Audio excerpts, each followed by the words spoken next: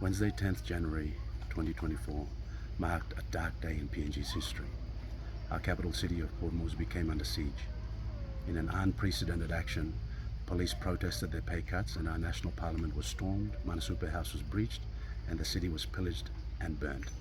Stop and Shop, Brian Bell, Dash Bash and many other business houses were ransacked and razed by opportunists, and millions of kinas worth of property was stolen by desperate and angry looters.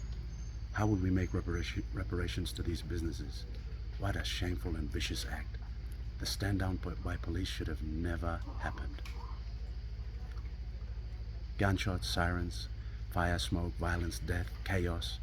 This was Port Moresby yesterday as the city came to a standstill.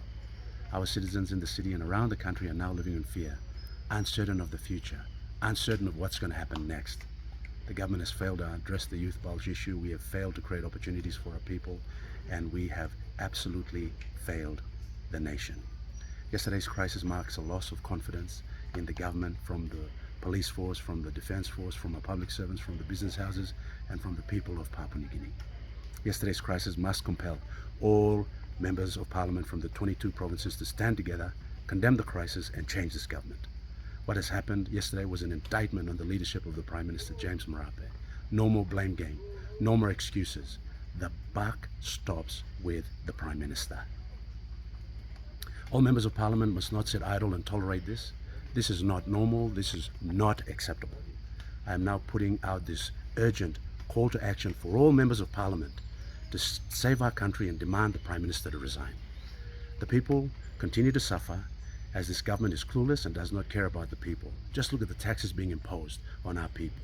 Just look at the lack of vaccines for our newborn babies, the inequitable distribution in the budget.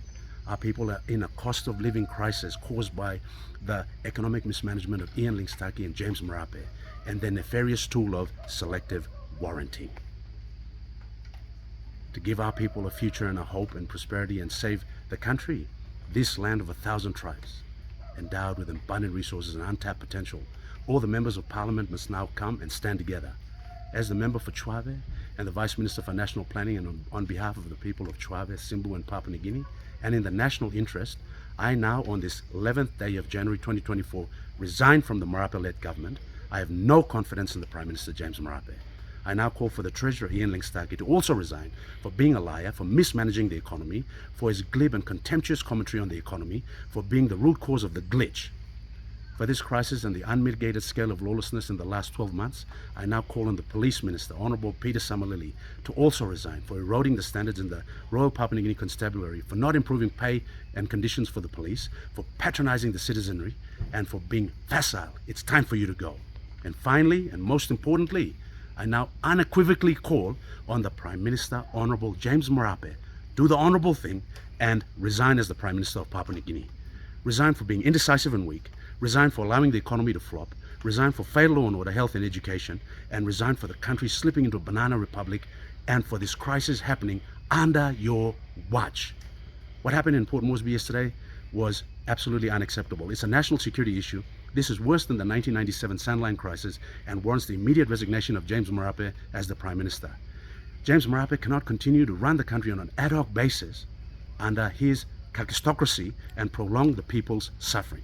The time has come for James Nomane to stop pretending and step aside as the Prime Minister to put the nation's interests ahead of his own. After 4 years, look at Pogara, look at unemployment, look at inflation, look at the crime rate, look at what happened yesterday. This facade must stop. James Nomane must resign. The crisis is a culmination and a groundswell of the enmity from our people and public service that emanates from the total economic mismanagement. The Prime Minister, the Treasurer, the Police Minister, 100% culpable. Things will only get worse unless we stop this rot. We cannot continue under this weak, indecisive, flowery, ineffectual leadership. Enough is enough. To all members of Parliament, please ask yourselves when you look at your sons and daughters, is this the anarchy? Is this the kind of country that is fit for them? If it's not, then it's not fit for our people. For Tshwabe, the answer is no. We have to take action and take it now. Country Blayumi.